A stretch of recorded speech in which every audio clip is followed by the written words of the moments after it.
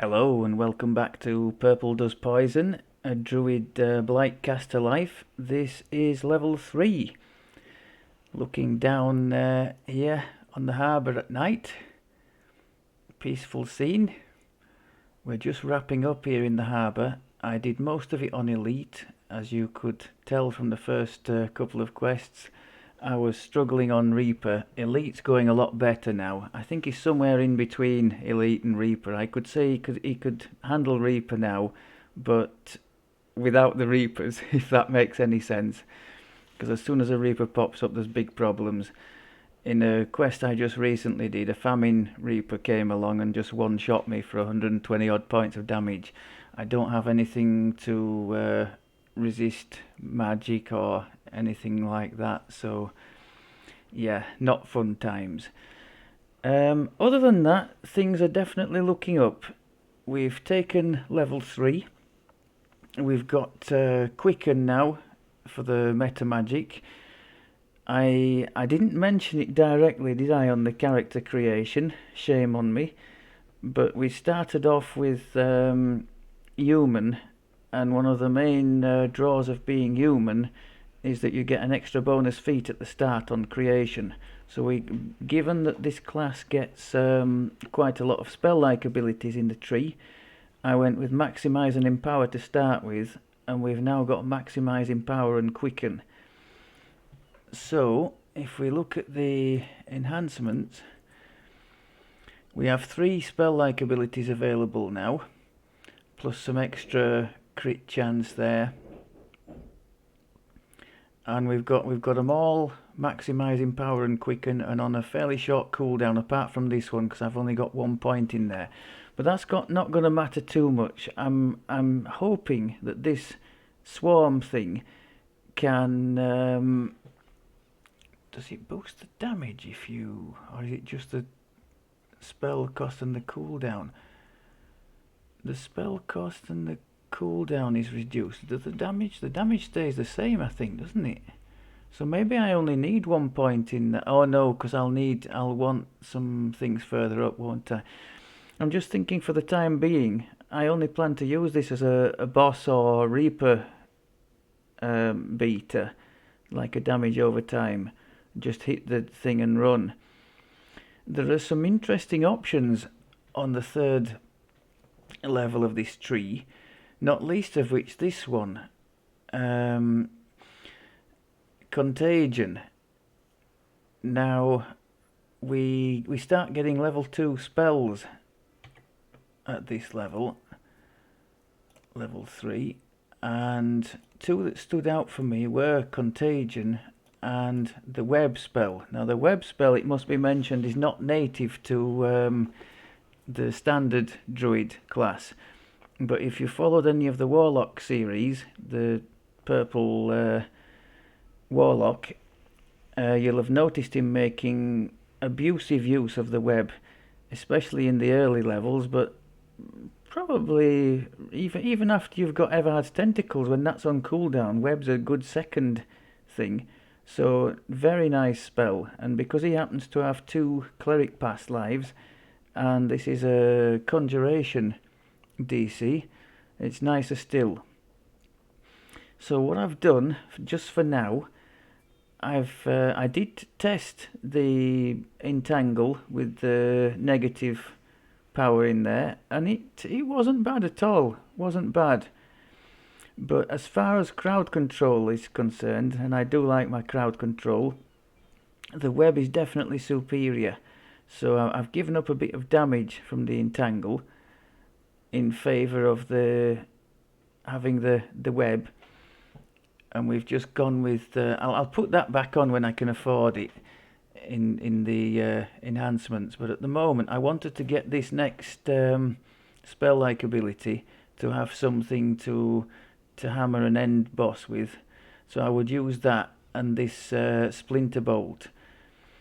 Now the Splinter Bolt, now we've got 3 points in it. It's on a 4-second cooldown and it hits quite hard. You can see numbers, 100 plus, which at these low levels isn't bad at all.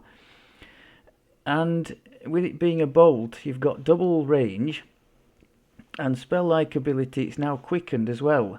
So it's really, really good at picking off these annoying little kobold sentries and scouts that run off trying to spread mayhem in these quests. Also, the shaman casters in the waterworks type things and all these harbour quests. Really, really good for that, and decent as well on end bosses and things. I haven't tested it yet against Reapers because I just seem to get annihilated by any Reaper. But we've got some nice extra crit chance going on in there. And this second core isn't bad, aside from the fact that every core gives us a bit more spell power in the powers that matter. We've got reducing offensive spells, reducing saves by 1, which effectively gives us an extra DC once we've hit something once. So that's quite nice too. Some other things I have noted. Oh yeah, you might have noticed in the previous episode there was some message text in the window. A chap asking if I would like to group up to do some of the Borderlands. I suppose I could say I had an excuse, which I did at the time. I could only do 1 or 2. I was just planning to record that one quest and then disappear. So that was a semi-excuse. But what I was really thinking was, my God, this character is so bad, it's going to be embarrassing. So that kind of factored into it as well. I guess what I'm trying to say is I would like to... I mean, at least I'm typing back to the people now. There was a time when I first started playing, when a text would pop up in there and it'd be like, oh God, another player, run for the hills. At least I'm not that bad.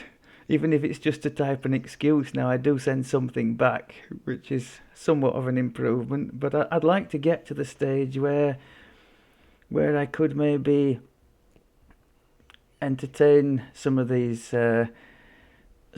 requests and go and join in, because that's what the game's all about, and that's what I've missed out on for the majority of my time here, I think we'll say. I liked, I mentioned I tested this defiled growth. I liked it. It gave us a nice, little bit of ticking negative damage on the affected area, and while that was going on and the enemies were being slowed, I was hitting them with the 2 acid sprays. I took the liberty of adding a ruby of nullification into the bottom of that scepter to boost our neg spell power, and it also boosts the poison, although we're not doing anything with poison at present. I think there was it was for the wolf. The wolf imbue, you get a multi-selector at level 2, don't you? Whether to deal acid or poison. Now, I should mention that there's a lot of stuff in the game that is resistant or immune to poison, which I'm guessing is why, because there isn't too much that's resistant to acid. That's why when you get a choice between acid or poison in the tree, the poison invariably does more damage, but you've got to get it to do the damage. What else did we have here? As usual, I've written a load of scrawly notes and I'm having trouble reading them. We've covered that. The quicken spell we did.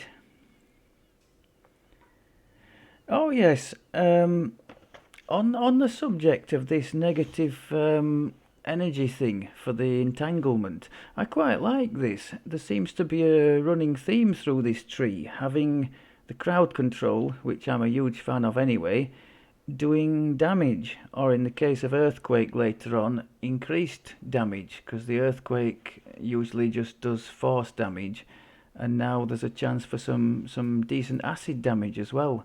So I look forward to testing that one out, especially as that one can hit from a fair old way away, not like your standard druid where it's in your face for the big damage. So that could be really interesting. I look forward to seeing that. And then I'm guessing this grasping thorn thing as well is going to be subject to the extra neg damage And I think there's something else for the thorns, isn't there? Yeah, coated thorns. So there's all sorts of stuff that boosts that makes the crowd control, that turns it into a bit of an Evard's Black Tentacles. And we've all seen what that can do for the Warlock, so I do look forward to that. Level 2 spells I think I mentioned already. The standout ones for me were the web, which the Druid doesn't get, and is a really nice crowd control in the early levels. And this contagion, I've tested it a little bit. I'm not quite sure, because a Reaper seemed to be just walking right through it. I don't know if it's because my DC is too low. I've got 20 there, or what, but it's supposed to give a stun. Now a stun would give us obviously relief from enemy pressure, but also extra damage. And this enhancement in the tree would make that stun an AoE stun. So that could be really tasty, and that's something I'm looking forward to investigating later on. The only thing with that is, unlike ever before, this is necromancy, and there is a fair bit of necromancy going on in this archetype. So unlike any other Druid iteration, there's going to have to be some negative spell power attention, and also the necromancy DC is going to have to be given some attention. So that's something to bear in mind, I think, further down the line.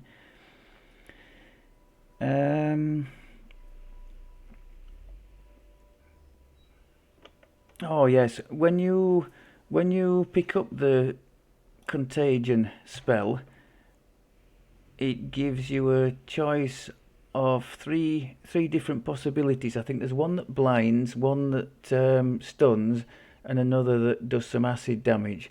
I would definitely go for the stun. That's the one I'm going to be testing out anyway. I'm hoping that stun might work against Reapers in the fullness of time, but I've yet to see any evidence of that.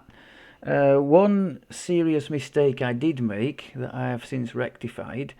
I've realised you can get potions of Cure Serious from the Liquid Charm vendor in Kundarak, and they're usable from level 1 by the looks of it. At least that's what it says on there. So I've been slumming it with Cure Light and Cure Medium, when in fact I could have had Cure Serious from level 1. Now if you're playing on Elite, these things really do give some big bang for your buck. If you're on Reaper, even Cure Serious, it's still a bit of a... I mean, I only have, less than 100 hit points, but I could, if I was nearly dead, I could use 10 of these to heal myself to full. So a bit painful on Reaper, but on Elite, they feel really good, really worth having. And I must say as well, it does bring back to mind this discussion about the Reaper mode and how polarizing it is, how some people hate it, and one of the reasons to hate it is this self-healing nerf. And the game did feel... I won't say... Well, obviously Elite is easier than Reaper unless you're playing with decent amounts of Reaper points. But it felt kind of smoother. I mean, there's no fun whatsoever, is there, in sitting in a corner out of the way of everything, pressing the 5 key or whatever 6 times to get your hit points back to something like. Or being in the middle of a battle and not even bothering to press heal because you know it'll be so negligible you might as well attack and try and kill them and risk dying. So it just has a nicer feel on that side of things. Too long didn't read. This Druid still doesn't have any healing capability.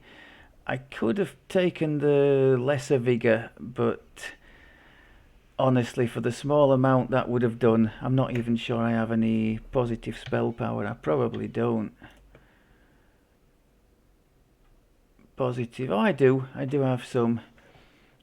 But Yeah, for the small amount that would have done through the Reaper nerf, probably not worthwhile, unless running with a group or something. Yeah, you can see how badly I've been beaten up. Look how the gear's all mashed. In fact, that's nearly destroyed. Let's go, and we're going to do the quest down there, but let's go and I'll tell you what, have we actually picked up the quest? It's the one in the leaky dinghy here. We could repair the gear while we're here. Oh, don't do this to me, game, thank you.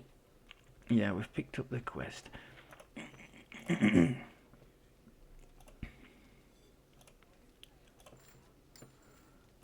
good stuff.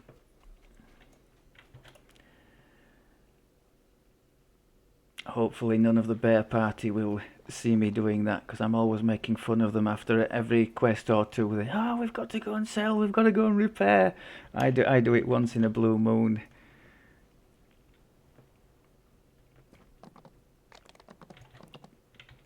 Right, we're going to be brave, we're going to try Reaper 1.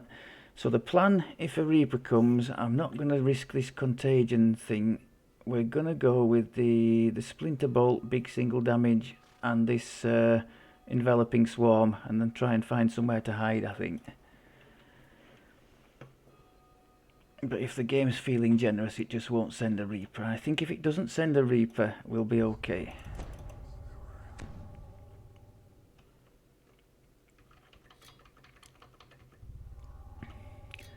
We'll save the extra spell power for the boss at the end, I think. And we'll hide behind this web. Across the room you see an iron defender. Yes, that's what we like. Descending into the basement, you hear another sound of whirring gears and a guttural growl. I see the range it has, and it's one-shotting those things. I like it.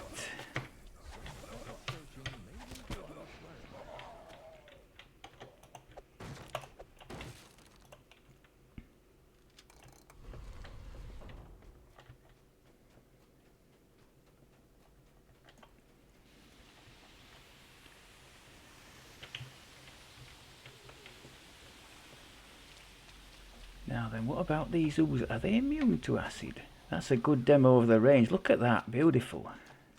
They might be immune to acid or resistant to it, but not to the force. There's very little that's resistant to force. So, to have something like that, even though only single target, is quite nice, I think. He hears you approach and starts running.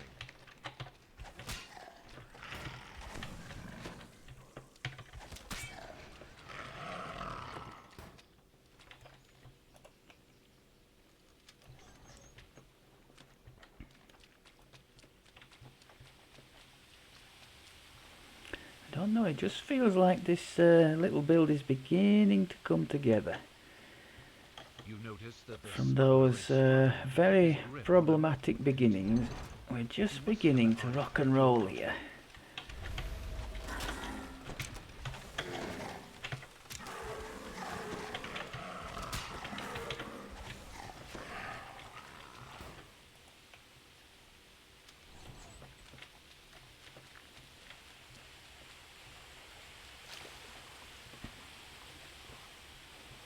Or maybe it's just a false sense of confidence inspired by the fact I seem to have picked a quest where enemies come at you in ones and twos here. You hear the grind and clatter of machinery from below and to the below and to the west. It sounds like something heavy is being ratcheted into place. I think I might just have a chance of beating my 13 minutes achievement of the last quest if I get a bit of a move on here. You hear the rasp of stone against stone from somewhere above, as if a massive barrier is moving aside. Right, now let's have a plan for the end. We throw web down at the entrance. Oh, what's happened there? We're stuck. Oh dear. It was going so well.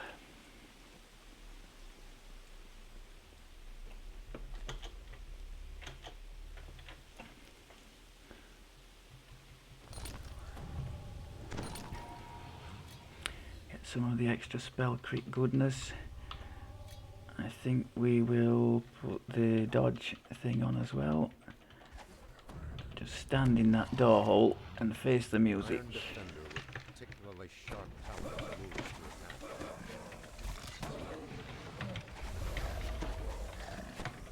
White talon Yes, and we got our wish. No Reaper. lift the case Beautiful. and slide it onto your back. Quickly return to the Fairlane representative. So I guess that's an illustration of the point I made earlier. He's in a decent place now in Reaper 1, as long as we don't actually get a Reaper. The only downside is I didn't get a chance to test out the enveloping swarm, but that's okay. We'll do it another time.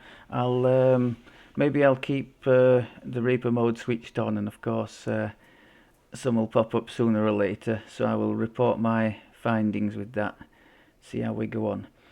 Right, I think that's about it for this one. We will go and take our level 4 and try to remember to add our Reaper points. Speaking of which, that's where we are from the 2 forays into Epic and Legendary. The 25 Reaper points, so that gets us the 21 there for the 100 maximum hit points, which was kind of the goal, if you'll recall, from the last life. So that was really satisfying. I think what I'll do, I will spread them out, because you can only take this line, can't you, at level 4. I'll give him a bit more spell power, spell DC, some wisdom, and we'll do it that way. We'll spread them out and then respec when the time comes. Okay, enough waffle. Thank you very much as always for looking, and we'll speak to you soon. Take care.